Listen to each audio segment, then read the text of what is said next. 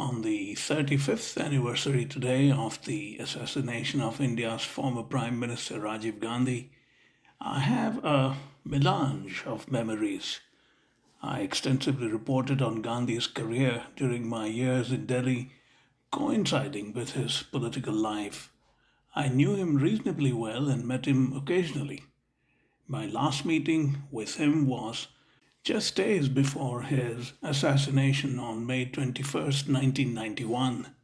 It was a sort of a high tea at his residence where journalists were invited for an informal get together of the kind Indian politicians used to host in those days. During that, I asked if he feared his party ever losing its relevance or pan India standing. He was a bit surprised by the question coming as it did in the midst of intense parliamentary electioneering. He smiled as if the prospect was improbable, but answered it anyway.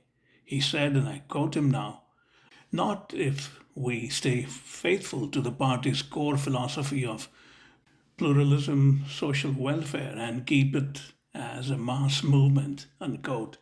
While two of those three core features, its commitment to the core philosophy of pluralism and social welfare, broadly survive, the third, its retaining a mass movement status, has all but disappeared.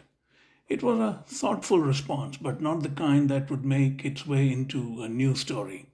3.5 decades hence, what seemed improbable to Gandhi is staring the Congress in its eyes, and part of the reason is that it has lost its competency as a mass movement. Let me provide a backdrop to that comment by Gandhi. He soon set out for election campaigning, whose first phase was on May 20th, 1991, for 211 parliamentary seats.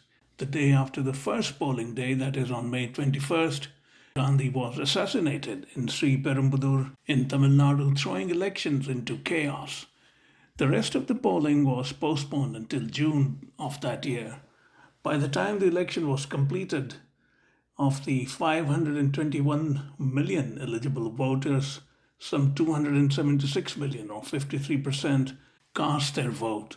Contrary to the expectations of Congress sweeping the election on a sympathy wave created by Gandhi's assassination, the party won 232 seats out of the 487 seats it contested. The Bharatiya Janata Party managed to win 120 seats out of the 468 seats that it contested. It was analyzed that in the 211 constituencies that went up for voting before Gandhi's assassination, his party did not perform particularly well. It was at best an average performance, but post assassination it managed to leverage much of the national sympathy and win a decent number of 232, which was not remarkable.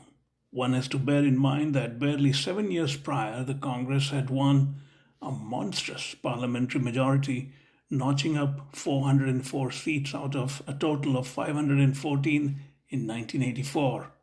That was attributed to the massive sympathy wave in the aftermath of the assassination of former Prime Minister Indira Gandhi, Rajiv Gandhi's mother. I do have personal memories of Rajiv Gandhi's unfailing decency as a human being, but about that another time.